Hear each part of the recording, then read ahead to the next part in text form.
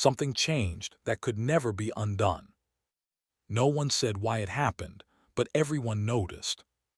A single decision had ripples no one could stop. What happens when a line is crossed and you don't even know it? She didn't volunteer. The camp assigned her a task she couldn't refuse. It was small, routine, but it felt wrong from the first moment. Every instruction came with a silent weight.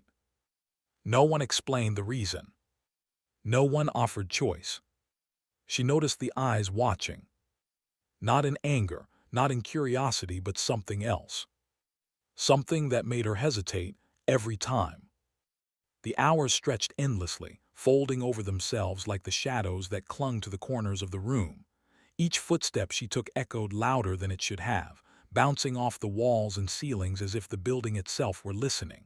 She could feel the weight of her own presence, the way her breath stirred the still air, and the tension that tightened around her chest with every unspoken instruction. No one spoke. Not the guards, not the nurses, not even the other prisoners. Their silence was heavier than any command. It pressed on her, demanding compliance without explanation, without acknowledgement. She caught herself staring at the same spot for minutes at a time, the faint outline of a chair or a table seeming to shift slightly when she blinked. Every small sound, the creak of a door, the distant shuffle of feet, felt amplified, pregnant with meaning she could not decode. Her thoughts spun, circling around questions she dared not voice. What am I supposed to do? Did I cross a line I didn't know existed? Is anyone even aware of what is happening? The moral pressure wrapped around her mind, tightening with each passing second, and she realized that indecision itself had weight. Her hands trembled occasionally, even as she tried to keep them still, her fingers brushing against cold metal or smooth wood as if the objects themselves could answer her questions. Shadows moved differently than before, slower, heavier, almost as if they remembered things that she could not. A flicker of light from the high windows revealed more than the bare walls, an invisible tension that threaded through the air, tying her movements to something unseen. She felt trapped in a rhythm she did not control, a cadence set by silence and absence rather than action or orders. Every routine became a test. Each time she carried a tray, folded a blanket, or moved between rooms, she felt the gaze of something intangible weighing her down. The very walls seemed to judge her hesitation, the quiet of the corridors amplifying her internal turmoil. There was no safety in the ordinary. The ordinary had become strange, unsettling, and impossible to navigate without constant vigilance. Her mind became a labyrinth, echoing with half-formed thoughts, fragmented memories, and the gnawing question of what she had been drawn into, a question she knew could never be answered aloud. And yet she could not stop. Movement was necessary, survival mandatory, and still, every action felt like crossing an invisible line she could never reclaim. In the silence, in the isolation, she began to notice the smallest changes, the subtle stiffening of a guard's posture, the lingering glance of someone who did not speak. Each tiny observation became monumental, each unnoticed gesture a riddle she was forced to solve alone. The weight of knowing that she could never fully understand the truth pressed down on her, deeper than fear, deeper than fatigue. It was a quiet, relentless pressure, bending her mind toward questions that could have no answers, compelling her to continue, compelled by both duty and dread. Time lost its rhythm. What had once been predictable now faltered in subtle, almost imperceptible ways. The morning routines, the order of meals, the way the guards walked the halls, the silent counting of patients shifted slightly, like a line drawn off-center on a page. At first, she thought it was her imagination. Perhaps fatigue was warping her perception, but the changes persisted. Chairs appeared in the wrong places, doors she had always seen closed were ajar, and objects that had been steady fixtures seemed to have moved when she wasn't looking. No one acknowledged any of it. Not a word, not a glance, nothing. Her awareness sharpened. Every small gesture carried weight. The guard who usually smiled briefly as he passed no longer smiled. The nurse who always tapped her foot lightly when moving carts now did so with a delay, a hesitation that seemed insignificant to anyone else but screamed volumes to her. And still, no one offered explanation. She began to feel the corridors as though they were alive, responsive, aware, silently observing. Every corner, every shadow, seemed to be waiting for her to notice something she could not yet name. And then came the quiet signals. A slight cough, a footstep delayed, a pen dropped with a faint echo that hung too long in the air. Each anomaly alone could be dismissed, but together they formed a pattern she could not unravel. Her mind churned endlessly, trying to anticipate what would happen next, trying to predict rules she did not understand. The building itself seemed to conspire to confuse her, to unsettle her, without ever breaking silence. By the end of these hours, even the familiar had become strange, alien, and suffocating. As the days passed, time itself began to distort. Minutes stretched, hours compressed. She could feel her own pulse dragging her forward, yet the world around her seemed to move in fits and starts, disjointed. The hospital, or what remained of it, took on an almost sentient quality. Light shifted unexpectedly, shadows lingered longer than they should, and sounds appeared and vanished without source. Footsteps echoed in empty hallways. Doors that should have creaked now stood firm, and others swung open of their own accord. She noticed the staff behaving subtly differently, too. One guard lingered at the edge of her vision, then vanished. Another left objects on tables she had never touched before, only to find them gone the next moment. Small gestures that would normally pass unnoticed now felt deliberate, as though meant to test her perception. She couldn't confide in anyone. Speaking out seemed impossible. There was no audience, no guidance, no reassurance. Each anomaly compounded, layering anxiety upon anxiety, until the hospital's very walls seemed to breathe with unseen intent. Her mind wrestled with the invisible currents that tugged at her attention. Every glance, every noise, every unspoken instruction accumulated silently, pressing her to understand a system she could not. Even mundane actions, the folding of a blanket, the placement of a tray took on new significance.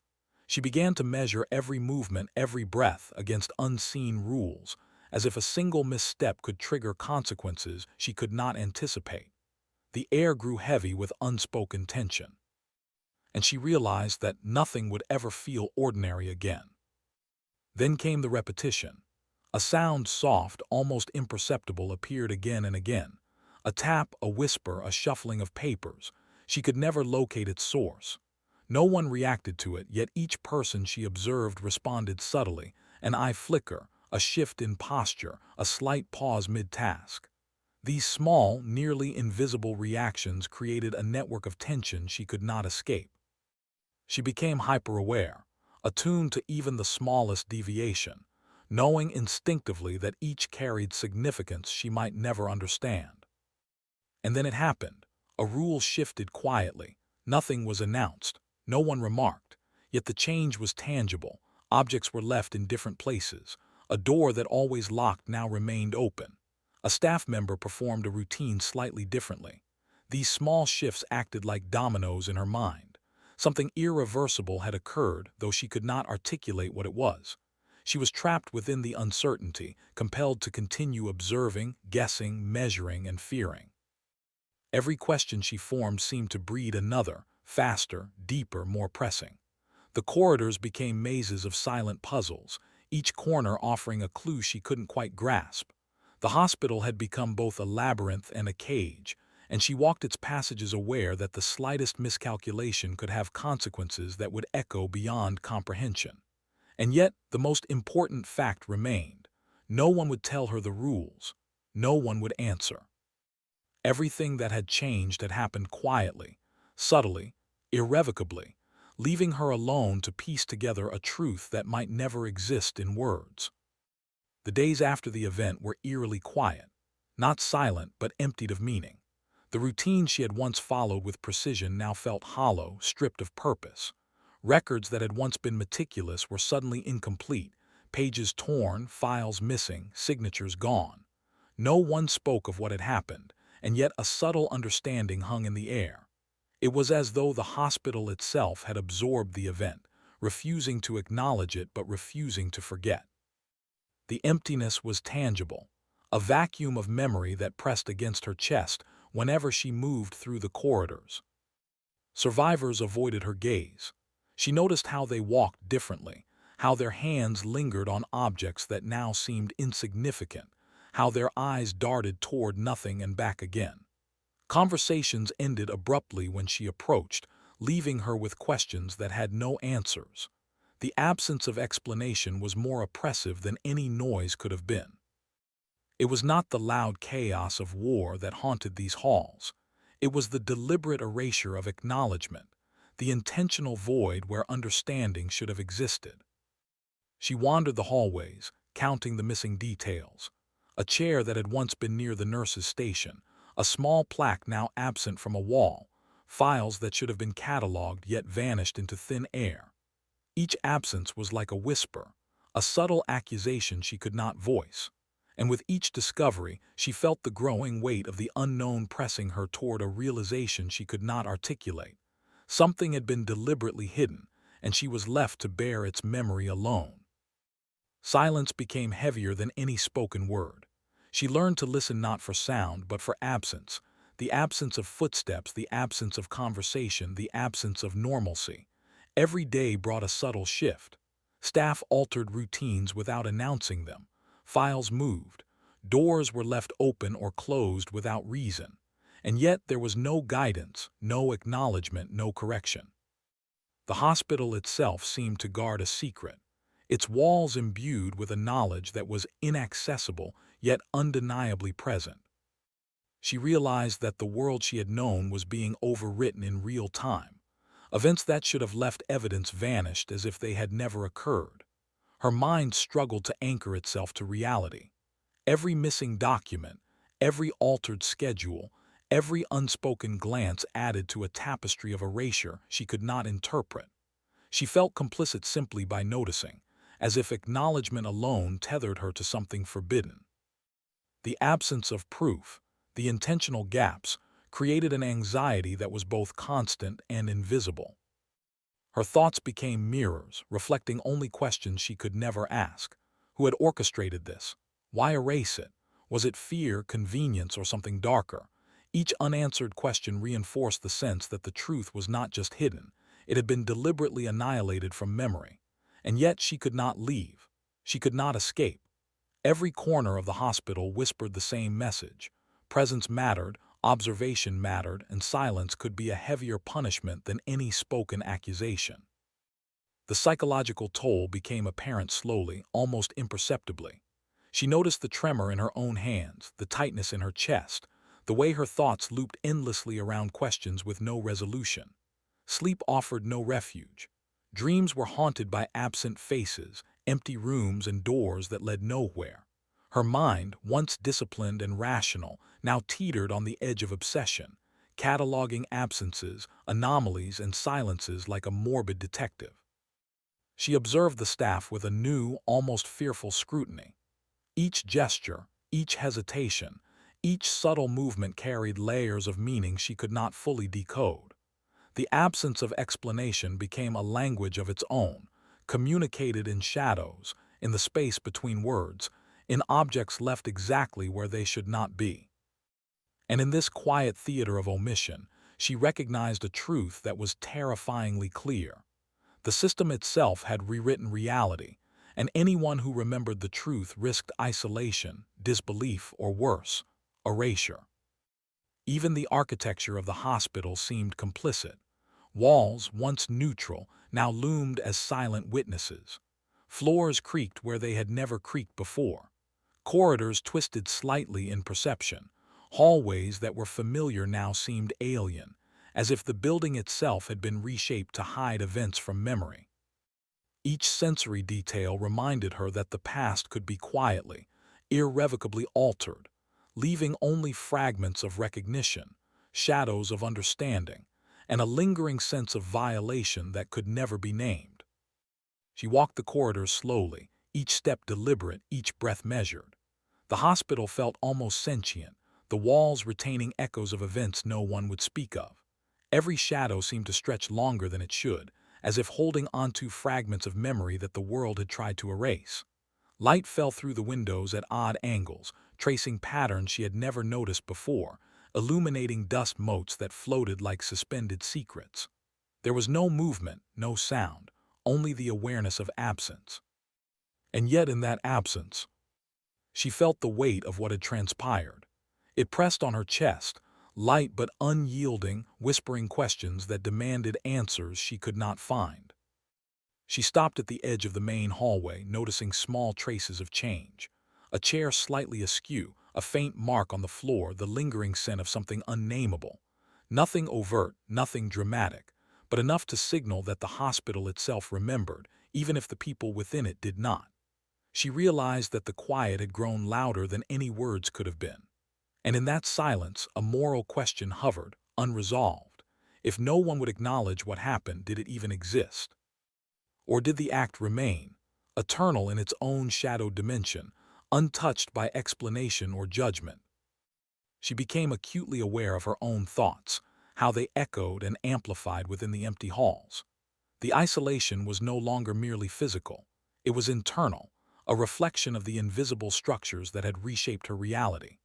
Every memory, every choice, every hesitation was filtered through the knowledge that the truth had been deliberately hidden. And she wondered, with a quiet dread, if she alone remembered, or if even her recollection was already being rewritten by time and perception. Her gaze drifted to the windows again, to the world outside that seemed distant, unreal, as if it belonged to someone else. The moral weight pressed upon her more heavily here, in the quiet moments between duties and movements. She questioned obedience, responsibility, and the very notion of right and wrong when the evidence of both had been erased. The human mind, she realized, could tolerate only so much ambiguity before it fractured, or adapted to a version of reality that was no longer true. Small details became monumental. A clock that had always ticked reliably now skipped imperceptibly, its rhythm slightly off. A staff member moved differently than she remembered, gestures minutely altered, almost imperceptibly. Nothing was dramatic, nothing screamed at her, but every change compounded, like layers of dust building on a forgotten shelf. She understood, without being told, that something irreversible had occurred. The hospital, the people, the routines, all had shifted in ways that no one would ever describe, and yet the effects lingered in every corner, in every breath she took. She walked past the rooms where events had occurred, noticing how the air seemed heavier there, almost tangible. Each doorway, each empty bed, each blank wall carried a subtle weight, a ghost of knowledge that no one else acknowledged. And she understood viscerally that some truths existed only in absence and erasure, and that the human mind was capable of both forgetting and feeling simultaneously. The moral question became unbearable in its quietness. Was it obedience, fear, or something deeper that had allowed this erasure to happen? She could not name the act, could not speak it aloud, and yet it weighed on her like an unspoken verdict. She realized that morality could exist in silence, that human behavior could be judged not by evidence or confession, but by absence and consequence. And she felt the uncanny tension of knowing that even if the world forgot, she had witnessed the irreversible, and she would carry it forever. Each hallway she traversed, each echo she heard, each shadow she noticed, reinforced the unanswerable question. If no one would acknowledge the act, did morality matter? Could right and wrong exist in the absence of witnesses, of records, of acknowledgement?